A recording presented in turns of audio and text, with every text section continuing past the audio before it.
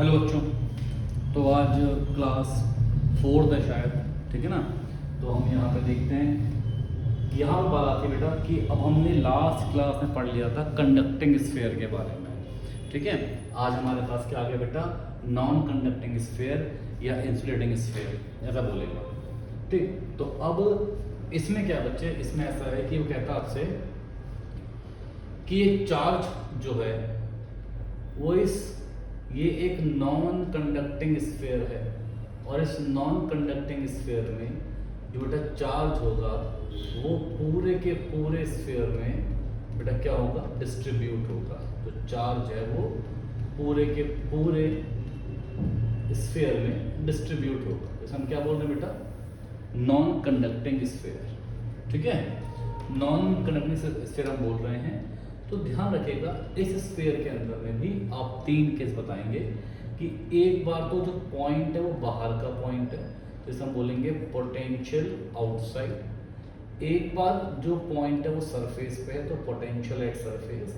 और एक बार कहीं कहीं कोई अंदर पॉइंट है, तो इसे हम बोलेंगे इनसाइड, क्या पोटेंशियल उसका होने वाला है, ठीक बेटा। तो कुछ बातें आपको पता ही हैं पोटेंशियल के बारे में, बार बार सेम बात बोलना सही नहीं। तो आप ध्यान रखिएगा कि कितना अमाउंट ऑफ वर्क डन मुझे करना पड़ता है, ये मैं बात समझी। तो किसी बाहर के पॉइंट के लिए, किसी बाहर के पॉइंट के लिए ये जो स्फीयर है, किसी बाहर के पॉइंट के लिए ये जो स्फीयर है, ये स्फीयर किसी बाहर के पॉइंट के लिए ये sphere as a point charge काम करेगा। मतलब कोई अगर बाहर का पॉइंट है तो उसके लिए एक पॉइंट चार्ज है ये पूरा का पूरा, ठीक है। और अगर ये एक चार्ज उसके लिए पॉइंट चार्ज है, तो सेंटर से उसकी दूरी आप मान लीजिए वो कितनी है, स्मॉल आर है, क्लियर। तो अगर आर की वैल्यू किससे बड़ी है, यहाँ पे कैपिटल आर क्या है, यह radius of non conducting sphere. बेटा क्या है ये, radius of non conducting sphere. तो अगर ये radius of non conducting sphere है, तो बच्चे यहाँ के लिए अपन बोल सकते हैं कि जो फील्ड आएगी, सॉरी जो पोटेंशियल आएगी बाहर के पॉइंट के लिए, जो पोटेंशियल आएगी बाहर के पॉइंट के लिए बेटा, वो कितना पोटेंशियल होगा बेटा, वो पोटेंशियल होगा के क्यू बाई स्मॉल आर। बेटा ये बात हम कई बार कर चुके हैं कि किसी बाहर के पॉइंट के लिए जो पोटेंशियल आएगा वो के क्यू बाई स्मॉल आर आएगा, ठीक है। इसके बाद अगर सरफेस की बात चल रही है, सरफेस की बात चल रही है, तो कुछ नहीं, सरफेस का मतलब होता है ये जो दूरी स्मॉल आर है किसके इक्वल हो चुकी है, रेडियस के इक्वल हो चुकी है। तो यहाँ बन जाएगा कितना बेटा, के क्यू बाई आर। कोई अगर चाहे इसको लिखना in terms of rho, where rho यहाँ पे क्या होगा, रो होगा यहाँ पे यूनिफॉर्म चार्ज डेंसिटी वॉल्यूम में, है ना, यूनिफॉर्म वॉल्यूम चार्ज डेंसिटी, मतलब कि पूरे वॉल्यूम में यूनिफॉर्मली जो चार्ज है वो डिस्ट्रीब्यूट होगा। तो उस केस में हम लोग कह सकते हैं बेटा कि जो पोटेंशियल है वो के यहाँ अपॉन में आर, और ये जो चार्ज है, चार्ज अपॉन में वॉल्यूम ही क्या होता है बेटा, डेंसिटी। यहाँ पे Q कितना बन जाएगा, रो वी। क्या बन जाएगा Q बेटा, रो वी। तो रो कितना है बेटा, देखो रो तो ये रहा आपके पास में रो, और वॉल्यूम कितना होगा 4/3 बाई कैपिटल आर का क्यूब। कितना बेटा, कैपिटल आर का क्यूब। क्यों, जो चार्ज है वो तो सिर्फ इतने वॉल्यूम में है ना, चार्ज बाहर थोड़ी है। अगर आपने रेडियस आर ले लिया तो फिर तो इतना बड़ा वॉल्यूम हो गया, इसका मतलब चार्ज पूरे वॉल्यूम में, ऐसा नहीं है, चार्ज तो सिर्फ इतने ही वॉल्यूम में है, ठीक है ना। तो आप कह सकते हैं, आप ये बात यहाँ पे कह सकते हैं कि सर ये जो वॉल्यूम यहाँ पे जो चार्ज है, तो ये तो हो ही चुका है ना इन terms of charge and distance. और कभी अगर इन टर्म्स ऑफ रो दे देगा तो क्या करोगे, तो ये जो पोटेंशियल है इसको रखोगे के, बेटा क्यू कितना है, रो वी अपॉन में आर, और के रो, बेटा वी की वैल्यू कितनी है, वी तो वॉल्यूम है, वो क्या बन जाएगा 4/3 पाई आर क्यूब अपॉन आर। अब बेटा ये के क्या है, ये के है 1/4 पाई एप्सिलॉन नॉट, क्या बेटा 1/4 पाई एप्सिलॉन रो, यहाँ हो गया 4/3 पाई आर का क्यूब अपॉन में आर। बेटा 4 पाई से 4 पाई कैंसिल हुआ और इसको हम लोग क्या बोलेंगे, जो पोटेंशियल है वो रो आर का क्यूब अपॉन में 3 एप्सिलॉन नॉट आर। ठीक है, तो ये क्या हो चुका है बेटा, ये हो चुका है इन टर्म्स ऑफ, ये हो चुका है इन टर्म्स ऑफ रो, है ना बेटा।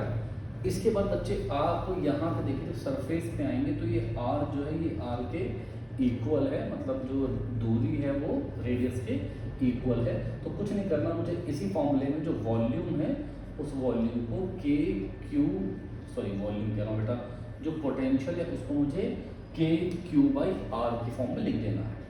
ठीक है, और इन टर्म्स ऑफ रो जो पोटेंशियल आएगा वो कितना आएगा, रो आर का क्यूब अपॉन में 3 एप्सिलॉन नॉट। बेटा ये जो स्मॉल आर है ये क्या बन चुका है, कैपिटल आर, तो ये हो गया रो आर का स्क्वायर अपॉन में 3 एप्सिलॉन नॉट। ठीक है, ये क्या आ चुका बेटा, पोटेंशियल आ चुका है। अब जरा बात कर लेता हूँ बेटा इसकी कि अगर जो पॉइंट है, अगर जो पॉइंट है वो अंदर हुआ पॉइंट तो क्या होगा, तो देखते हैं बेटा, समझते हैं। मान लीजिए ये आपके पास में,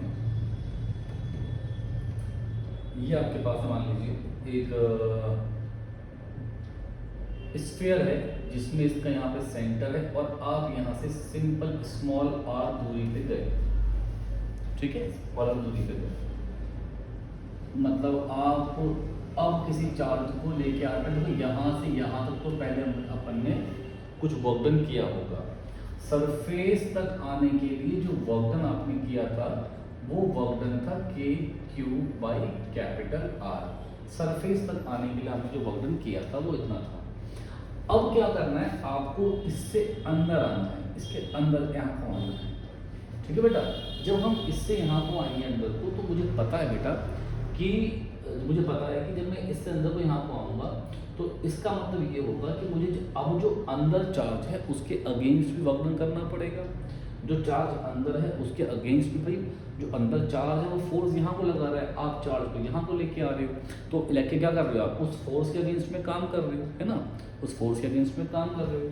अब हमको पता है कि जो पोटेंशियल होता है वो इलेक्ट्रोस्टैटिक फोर्स के द्वारा जितना वर्क डन हुआ होगा उसका नेगेटिव होता है। क्या होता है, नेगेटिव।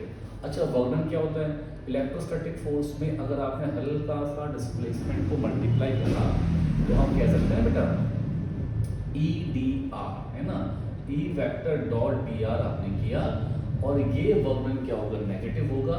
यही वर्क डन क्या होगा, इन टर्म्स ऑफ पोटेंशियल स्टोर हो जाता है। ठीक है ना, यही क्या होता है, इस पॉइंट का पोटेंशियल होता है। क्लियर, तो अब मेरे को ना एक बार समझ में आती है कि ठीक है बेटा, इन्फिनिटी से लेके आप पहले इस आर पॉइंट तक लेके आए। अब आर पॉइंट तक लेके आए तो बेसिकली ये हुआ क्या, ये हुआ पोटेंशियल एट सरफेस। क्या हुआ बेटा, पोटेंशियल एट सरफेस। और फिर आप सरफेस अंदर लेके आए। अब मान लीजिए आप इस आर से किसी स्मॉल आर दूरी तक लेके आए और जो वर्क डन है वो नेगेटिव में होता है, तो यहाँ पे आपने लगाया माइनस और बच्चे यहाँ पे फिर से कितना आ गया, ई डॉट डी आर, कितना आ गया, ई डॉट डी आर। तो अब जो v आया बच्चे, इसको सॉल्व करके जो वैल्यू आती थी वो आती थी के क्यू बाई आर, है ना। सरफेस पे जो पोटेंशियल आता है ना बेटा, के क्यू बाई आर। यहाँ देखते हैं बेटा, इलेक्ट्रिक फील्ड जो होगा, इलेक्ट्रिक फील्ड का फॉर्मूला होता है के क्यू। अब के क्यू बाई आर का स्क्वायर। अब आपको बात समझनी पड़ेगी, जब आप अंदर आए तो इस पॉइंट पे चार्ज पूरा क्यू नहीं था, इस पॉइंट पे चार्ज पूरा क्यू नहीं था, समझे। इस पॉइंट पे जो चार्ज था वो क्यू ना होते हुए आपको पता है कि जितना भाई चार्ज पूरे में फैला हुआ है। अब आप जब सरफेस से अंदर को आएंगे तो चार्ज धीरे धीरे कम होता जाएगा। जब चार्ज कम होता जाएगा हम क्या बोलेंगे, के क्यू डैश। क्या बोलेंगे बेटा, के क्यू डैश, नया चार्ज कितना आ गया, के क्यू डैश आ गया, डिवाइड बाय दूरी कितनी है, आर का स्क्वायर। भाई इलेक्ट्रिक फील्ड का फॉर्मूला क्या होता है, के क्यू बाई आर का स्क्वायर होता है, बेसिक फॉर्मूला ये होता है के क्यू बाई आर का स्क्वायर। तो चार्ज क्यू ना हो तो कितना हो चुका है, क्यू डैश, तो के क्यू डैश बाई आर का स्क्वायर ये आ गया। अब इनटू कितना बेटा, साथ में कितना मल्टीप्लाई, साथ में डी आर क्या हो गया, मल्टीप्लाई। ऐसे ही लेके आ रहे हैं, एंगल बना 180, इसकी वजह से माइनस आ गया, यहाँ पे डी आर आ गया, बहुत अच्छी बात शाबाश। तो ये माइनस लगाया है तो यहाँ पे अपन ना डी आर को निकाल सकते हैं, क्योंकि ये तो आप अगर डॉट लगा भी रहे हैं तो अगर माइनस लगाया तो जीरो मान लेना, वरना चाहे तो 180 माने तो बाद में माइनस लगा देना। अगर 180 मानना है तो माइनस बाद में लगा देना, नेगेटिव वर्तन हो रहा है तो यहाँ पे cos 0 बनेगा, cos 0 की वैल्यू 1 हो गई। अब v इक्वल टू कितना हो बेटा, अब आपको देखना है कि q डैश की वैल्यू क्या है, हमें क्या देखना है बेटा कि q डैश की वैल्यू क्या है। अब हम लोग करेंगे सारा काम किसके लिए बेटा, q डैश निकालने के लिए। तो q डैश क्या है बेटा, देखो q डैश आपको पता है कि रो क्या है, यूनिफॉर्म वॉल्यूम चार्ज डेंसिटी, मतलब पूरे पे जो रो है, रो क्या है इसकी, यूनिफॉर्म चार्ज डेंसिटी है। तो हमने पढ़ा कि यार रो क्या था, क्यू बाई वी, तो रो तो फिक्स है बेटा, है ना, रो तो क्या है, फिक्स है। तो क्यू डैश कितना होगा बेटा, रो अपॉन वी डैश। तो हम कह सकते हैं, सॉरी रो कितना होगा बेटा, क्यू डैश अपॉन में वी डैश। तो ये जो क्यू डैश आ गया, इसकी वैल्यू आ गई रो इनटू वी डैश। अब बेटा वी डैश कितना होगा, सेंटर से आप अगर स्मॉल आर दूरी पे हैं तो स्फीयर पे इतने की वॉल्यूम कितनी होगी, 4/3 पाई आर का क्यू। और जो बेटा क्यू था, पहले क्यू था रो इनटू 4/3 कंप्लीट आर का। क्यों, क्योंकि जो पूरा चार्ज है वो तो इस पूरे वॉल्यूम में फैला हुआ है, और पूरे वॉल्यूम के लिए जो रेडियस है कितना है वो कैपिटल आर। ठीक है, ये हो गया बेटा। तो बेटा क्यू डैश अपॉन में क्यू की वैल्यू आई बेटा रो इंटू 4/3 पाई आर का क्यू अपॉन में rho into 4/3 pi capital R का क्यू। बेटा ये सब कुछ कैंसिल हो गया, तो बेटा क्यू डैश बाई क्यू कितना आ गया, क्यू डैश बाई क्यू कितना है बच्चे, वो आया आपके पास स्मॉल आर का क्यू बाई कैपिटल आर का क्यू। यहां से आपको क्यू डैश मिल गया q into r q by capital R का क्यू। बस इस वैल्यू को आपने यहाँ पुट कर देना है। तो जो पोटेंशियल है वो आया के q by capital are minus, बेटा इसकी लिमिट क्या होगी, अब सरफेस से कहाँ तक आ रहे हैं, स्मॉल आर तक आ रहे हैं, है ना। तो आर यहाँ पे आर, के की वैल्यू तो बेटा कितनी होगी आपके पास में, के, अच्छा k q by k q dash की वैल्यू हो, तो क्यू डैश की वैल्यू क्या रहेगी, q into r cube upon में कैपिटल आर का क्यूब डिवाइड बाय यहाँ कितना बेटा स्मॉल आर का स्क्वायर, यहाँ कितना आ गया डी आर। तो जो पोटेंशियल है वो आ गया k q by r minus capital R से स्मॉल आर। बच्चों इससे ये कैंसिल हुआ तो हम बोलेंगे k q by capital R का क्यूब और आर डी आर। बेटा क्या बोलेंगे, आर डी आर। ठीक है बेटा, आप सॉल्व करते हैं इसको। तो चलो यहाँ पे देखो क्या क्या बनेगा।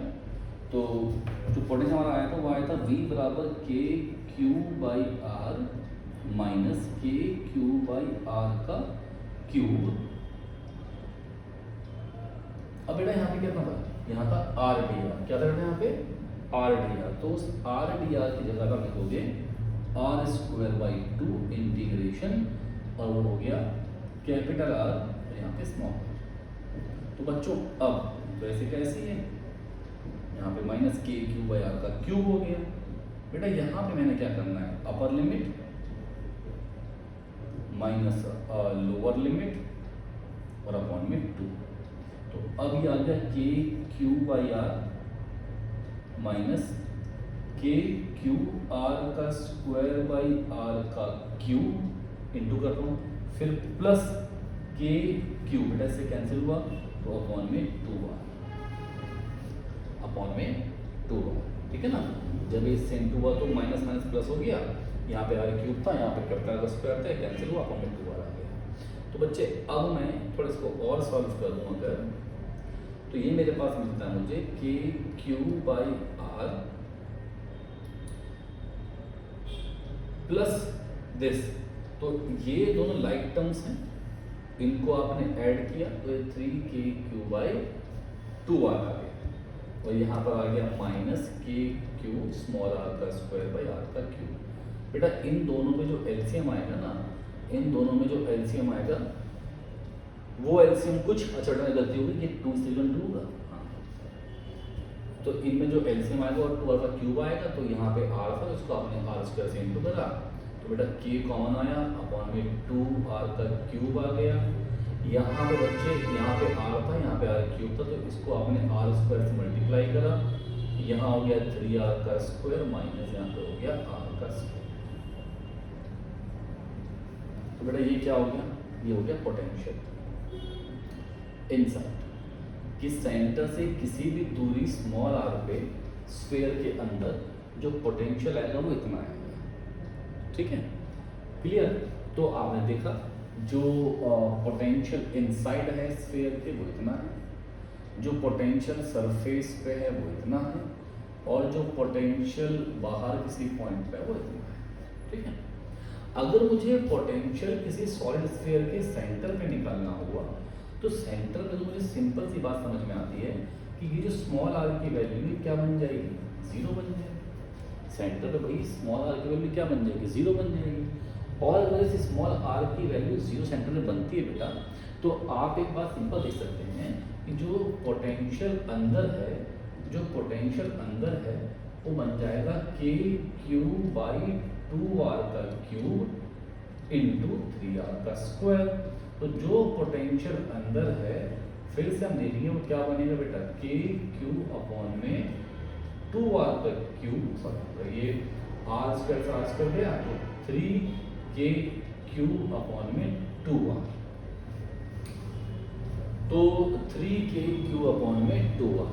तो इसका मतलब आप देखें जो पोटेंशियल अंदर है सॉलिड स्फीयर के वो 3/2 टाइम्स है के क्यू बाई आर के।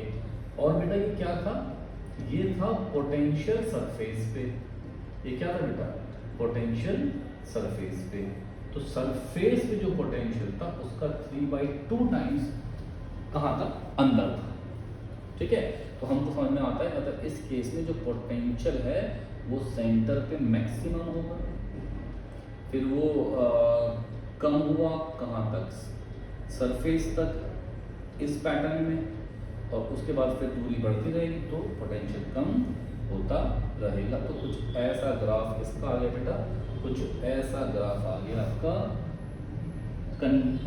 इंसुलेटिंग स्फीयर का पोटेंशियल का, ठीक है बेटा। तो जो सेंटर पे है उसका 3/2 टाइम्स है, मतलब अगर ये वैल्यू आपकी x आ रही है तो ये कुछ 1.5 मतलब 3/2 इंटू x होगी, ठीक बेटा। सब बच्चे बात समझ गए, पक्का, ठीक है। लिख लीजिए बच्चे एक बार,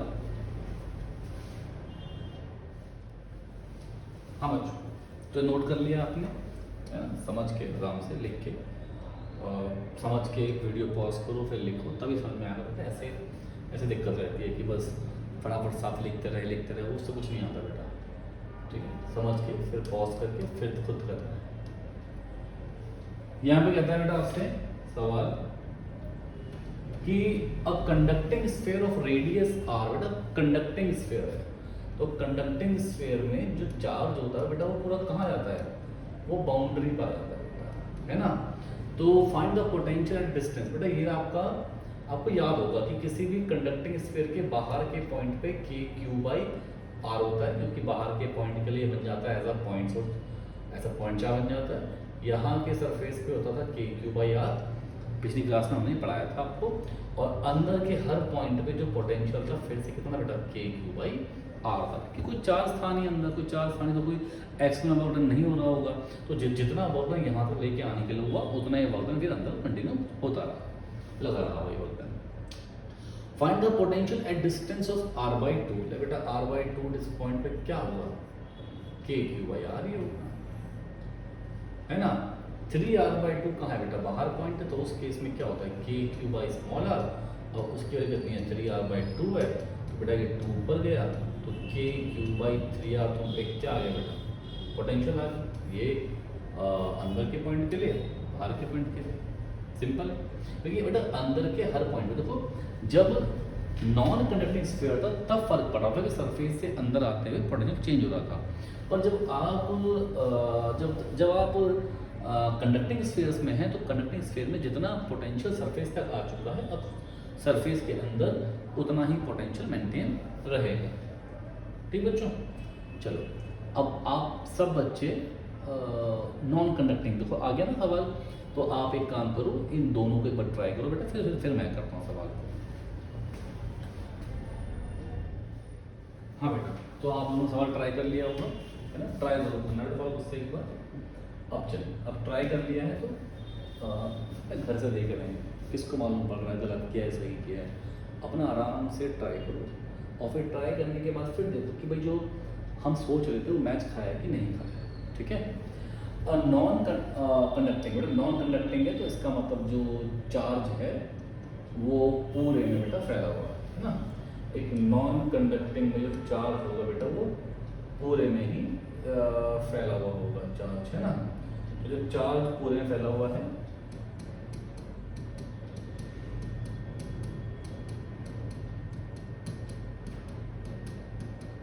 हाँ, तो सेंटर से यहाँ पे,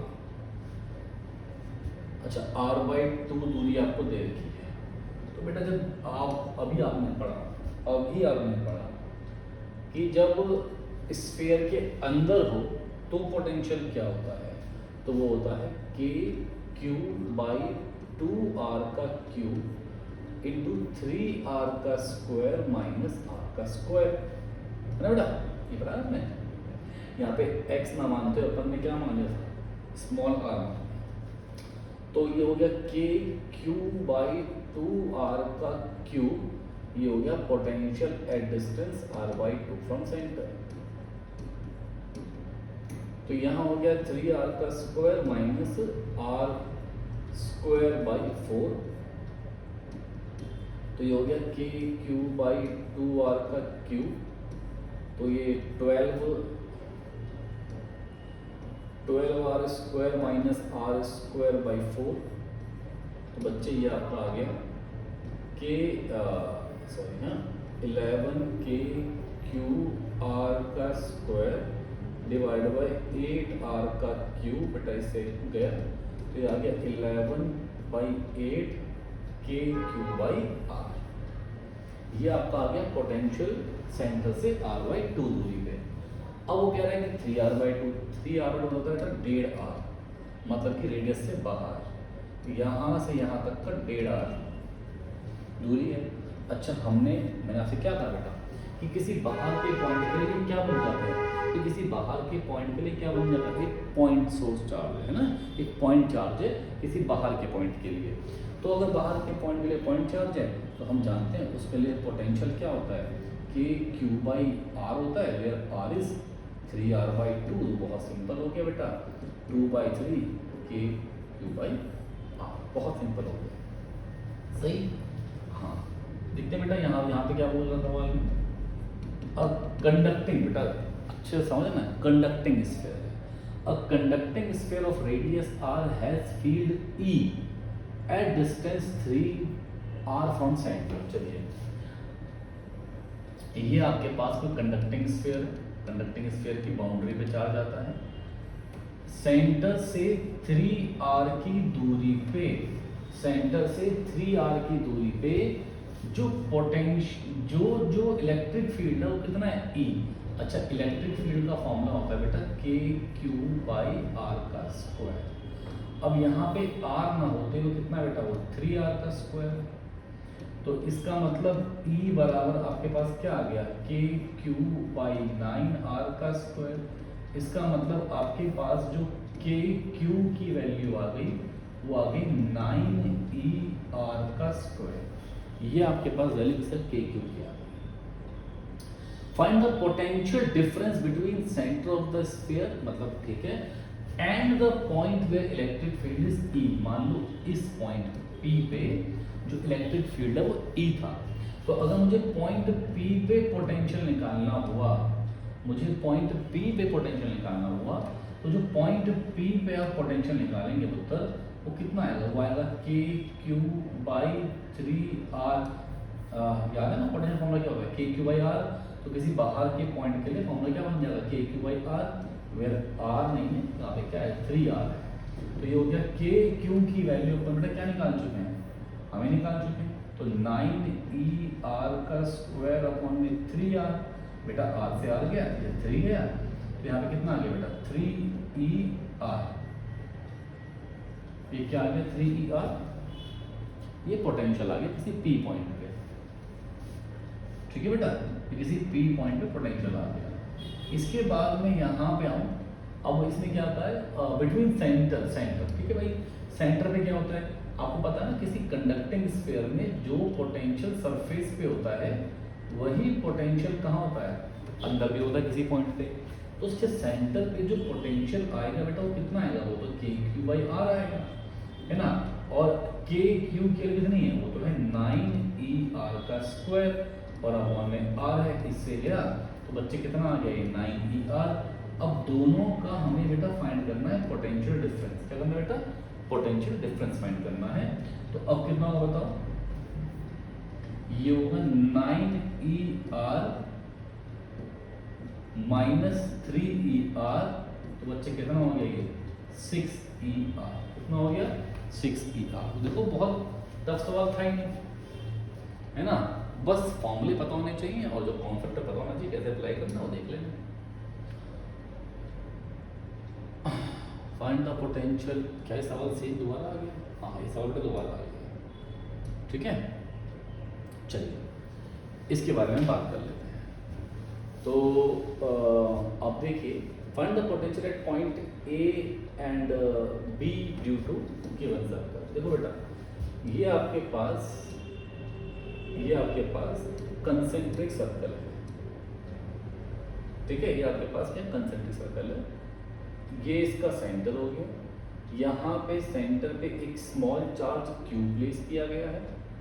यहाँ पे ये A पॉइंट है, इसके यहाँ से रेडियस A है, ये इसके पास B पॉइंट है और यहाँ का रेडियस स्मॉल b है।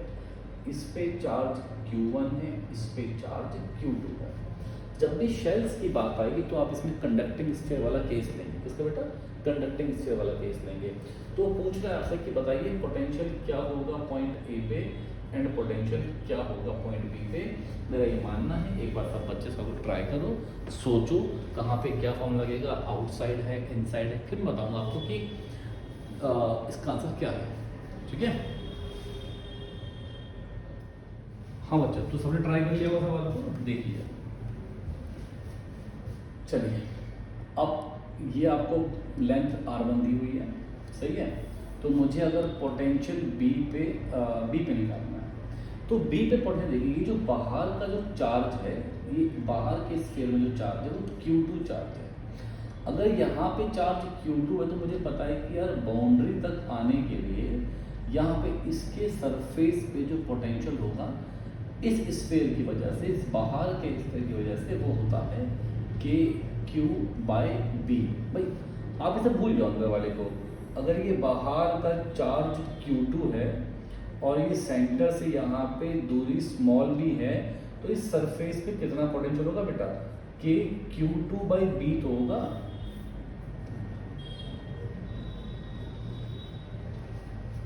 है ना, क्लियर। अब ये जो पॉइंट B है, ये जो पॉइंट B है ये इस बाहर वाले सरफेस के अंदर है। ये जो पॉइंट B है और शेल में या कंडक्टिंग स्फीयर के अंदर में यहाँ जो अंदर जो आपका पोटेंशियल आएगा वो जो सरफेस पे वही यहाँ पर आएगा।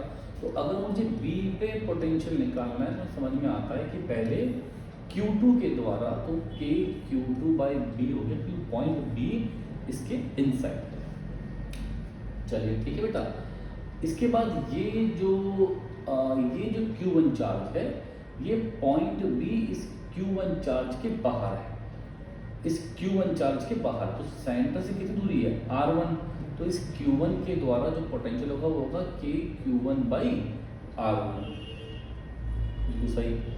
इसके बाद ये जो चार्ज है, ये जो स्मॉल सा यहाँ पे चार्ज बैठा है, Q चार्ज बैठा है, इस Q चार्ज से भी इसकी दूरी कितनी है, R1। तो इसके द्वारा भी कितना पोटेंशियल हो गया, के क्यू, सॉरी यहाँ पे 1 नहीं आएगा, ये हो जाएगा के क्यू बाई आर। अगर हम ए पॉइंट पे देखें पोटेंशियल, हम अगर देखें ए पॉइंट पे, ए पॉइंट किसके अंदर है, बाहर वाले शेल के अंदर है, तो बाहर वाले शेल का पोटेंशियल, अंदर वाले शेल के अंदर है, अंदर वाले शेल का पोटेंशियल, पर यहाँ पे अपॉन में ए आएगा, क्योंकि इसके सरफेस पे जो पोटेंशियल होता है वो के क्यू बाई ए होता। अब अगर अंदर आ गए तो सेम रहेगा पोटेंशियल। फिर ये जो अंदर का पॉइंट, जो ये ए पॉइंट है, ये जो ए पॉइंट है, ये यहाँ पे आपको आर दूरी पे दिया हुआ है। क्या दिया बेटा, आर दूरी पे दिया हुआ है। तो यहाँ से क्या बनेगा पोटेंशियल, के क्यू बाई आर। तो ये पोटेंशियल बी पॉइंट हो गया, ये पोटेंशियल ए पॉइंट हो गया। सेम देखो यहाँ पे, find potential at points A B and C due to arrangement of shells. तो भाई साहब अगर आप पॉइंट सी की बात करते हो, तो जो पॉइंट सी है, वो इस बाहर वाले शेल की बाउंड्री पे है। तो इसके द्वारा जो पोटेंशियल आएगा वो के क्यू वन बाई बी आएगा, बाहर वाले का रेडियस और ये, ठीक है बेटा। तो हाँ, इस पे भी आपको चार्ज Q1 दिया हुआ है, इस पे भी आपको चार्ज Q1 दिया हुआ है, इस पे भी आपको चार्ज Q1 दिया हुआ है। तो इसके द्वारा जो चार्ज आएगा बेटा वो आएगा अब सी पॉइंट पे, है ना। जो सी पॉइंट है वो अंदर वाले स्फीयर से बाहर है। तो आउटसाइड के लिए क्या होता है, k q by small r, where small r is distance from centre to the outer point. तो वो दूरी किसके इक्वल है, रेडियस के। अगेन कितना आ गया बेटा, के क्यू बाई बी आ गया, इस Q1 से, ठीक है। अगर मैं पोटेंशियल निकालूं बेटा बी पॉइंट पे, किस पे, अगर मुझे पोटेंशियल निकालना है बी पॉइंट पे, ये जो पॉइंट बी है, यहाँ पे जो पोटेंशियल है वो बड़े वाले स्फीयर के अंदर पॉइंट आ गए। अब जो पोटेंशियल सरफेस पे होगा वही बड़े वाले स्फीयर के अंदर होगा। तो मिल जाएगा k q one by small b plus ये जो बी पॉइंट है ये इस वाले स्फीयर की बाउंड्री पे है, और बाउंड्री में कितना होगा बेटा, के क्यू वन बाई ए। अगर मुझे पोटेंशियल ए पॉइंट पे निकालना हो तो पोटेंशियल जो पॉइंट ए है वो बाहर वाले चार्ज के अंदर है, तो वहां तो के क्यू वन बाई बी हो जाएगा। भाई इस स्फीयर के अंदर जो भी कहीं भी किसी पॉइंट पर हो, चाहे यहाँ हो, चाहे यहाँ हो, चाहे यहाँ हो, चाहे यहाँ हो, कहीं भी आ जाओ, इसके अंदर पोटेंशियल हमेशा कितना रहेगा, के क्यू वन बाई बी रहेगा, ठीक है। अब अगर मैं इस ए पॉइंट पे इससे निकाल रहा हूँ पोटेंशियल, तो उससे कितना होगा, के क्यू वन बाई ए। तो बच्चे बात समझ गए, पक्का बेटा। अब आपके पास ये दो केस हैं और सब बच्चे इसका आंसर निकालें और बिल्कुल प्रॉपर अच्छे ढंग से ट्राई करें, फिर मैं करता हूँ, नहीं आएगा तो।